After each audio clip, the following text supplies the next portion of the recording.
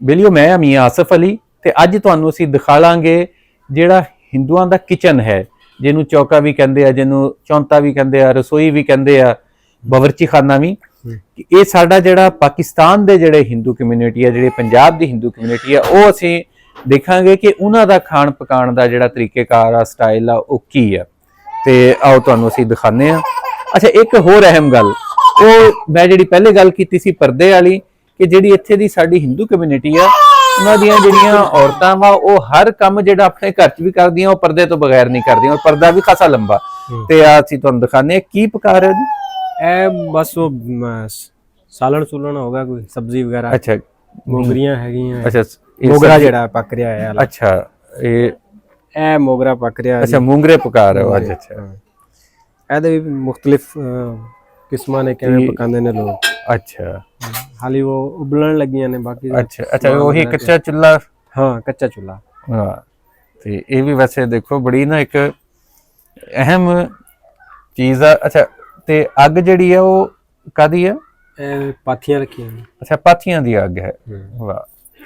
ते बहरहाल जी आ देखो तुसी कि ये, अच्छा, ते इनू एक सुनिया सी असी कि इनू डेली साफ करदे सी, या इनू लेपा जिहड़ा पोचा जिहड़ा किन्ने दिन बाद मारदे? ਉਹ ਹਫਤੇ ਬਾਅਦ ਇਹਨਾਂ ਦੇਣਾ। अच्छा, ਉਹਦੇ ਵਿੱਚ ਇਹ ਨਾ ਕਿ ਉਹ ਜਿਹੜੇ ਉਹ ਪਲਾਸਟਿਕ ਦਾ ਮਾਰਬਲ ਵਾਲਾ ਜਿਹੜਾ ਕਿਚਨ ਨਵਾਂ ਆ ਗਿਆ, ਉਹਦੀ ਤੁਸੀਂ ਜਿੰਨੀ ਸਫਾਈ ਕਰੋ ਨਾ, ਜਿੰਨੇ ਦਿਲ ਵੇਲੇ ਇਸਤੇਮਾਲ ਕਰੋ, ਉਹਦੀ ਸਫਾਈ ਨਾ ਕਰੋ, ਉਹਦੇ ਵਿੱਚ ਸਮੈਲ ਆ ਜਾਂਦੀ ਹੈ, ਜਾਂ ਉਹ ਸਾਫ ਸੁਥਰਾ ਨਹੀਂ ਰਹਿੰਦਾ। अच्छा, ਜਰਾਸੀਮ ਵਾਲਾ ਕਨਸੈਪਟ, ਯਾਨੀ ਕਿ ਟਾਇਲ ਤੇ ਜ਼ਿਆਦਾ ਦੇਰ ਜਰਾਸੀਮ ਸਰਵਾਈਵ ਕਰਦਾ।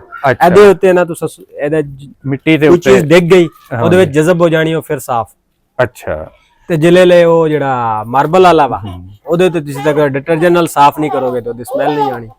ਇਹਦੇ ਹੈ ਕਿ ਤੁਸੀਂ ਜਿਹੜਾ अच्छा, ਮਿੱਟੀ ਲੈ ਕੇ ਹਲਕੀ ਜੀ मिट्टी दे नाल हल्का जिहा जिहड़ा वो पोचा दे उत्ते ਚੁੱਲ੍ਹੇ ਨੂੰ ਵੀ ਕਰ ਦਿੱਤਾ, ਨਾਲ ਦੀਵਾਰ ਨੂੰ ਵੀ ਕਰ ਦਿੱਤਾ। अच्छा सारा। वाह। ते अच्छा, वैसे मिट्टी दे उत्ते जिहड़ा वा चुੱਲ੍ਹੇ ਦੇ ਵਿੱਚ ਪਕਾਉਣ ਦਾ ਆਪਣਾ ਹੀ ਇੱਕ ਉਹਦਾ ਜ਼ਾਇਕਾ ਵੀ ਔਰ ਉਹਦਾ ਪਕਾਈ ਵੀ।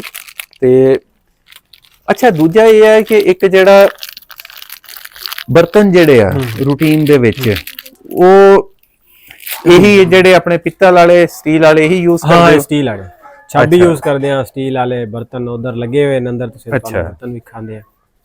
ਤੇ ਠੀਕ ਹੋ ਗਿਆ। ਬਾਕੀ ਰੱਲੀ ਹੈਗੀ ਇਸਤੇਮਾਲ ਕਰਨ ਵਾਲੀ। ਅੱਛਾ, ਇਹ ਤੇ ਪ੍ਰਿੰਟਡ ਆ ਗਈ, ਲੇਕਿਨ ਸਾਡੇ ਕੋਲ ਉਹ ਜਿਹੜੀ ਹੱਥ ਦੀ ਬਣੀ ਹੋਈ ਹੈਗੀ। ਅੱਛਾ, ਤੁਸੀਂ ਹੱਥਾਂ ਦੀਆਂ ਮਹਿਮਾਨ ਆ ਜਾਵੇ ਤੇ ਫਿਰ ਉਹ, ਅੱਛਾ, ਉਹਦੇ ਲਈ ਵਿਛਾਈ ਜਾਂਦੀ ਹੈ। ਵਿਛਾਈ ਜਾਂਦੀ ਹੈ। ਤੇ ਵਾਹ।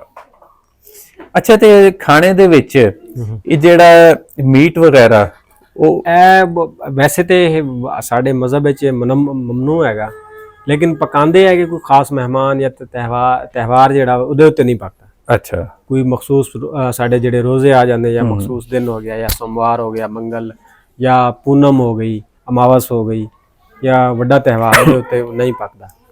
ਵੈਸੇ ਤੇ ਅਸੀਂ ਪਕਾਉਂਦੇ ਕਦੀ 6 ਮਹੀਨੇ ਸਾਲ ਬਾਅਦ ਕੋਈ ਮਹਿਮਾਨ ਆ ਗਿਆ ਤੇ ਫਿਰ, ਵਰਨਾ ਨਹੀਂ। ਵਰਨਾ ਸਬਜ਼ੀਆਂ ਹੀ ਪੱਕਦੀਆਂ ਨੇ, ਚਾਵਲ ਪੱਕ ਗਿਆ, ਜਾਂ ਜਿਹੜੀਆਂ ਆਟੇ ਨੇ, ਗੰਦਮ ਹੋ ਗਿਆ, ਮਕਾਈ ਦਾ ਹੋ ਗਿਆ, ਚਾਵਲ ਦਾ, ਬਾਜਰੇ ਦਾ, ਇਹ ਚੀਜ਼ਾਂ ਹੋ ਗਈਆਂ ਜਿਹੜੀਆਂ ਦੇਸੀ, ਉਹ ਜ਼ਿਆਦਾ ਯੂਜ਼ ਕਰਦੇ ਆ।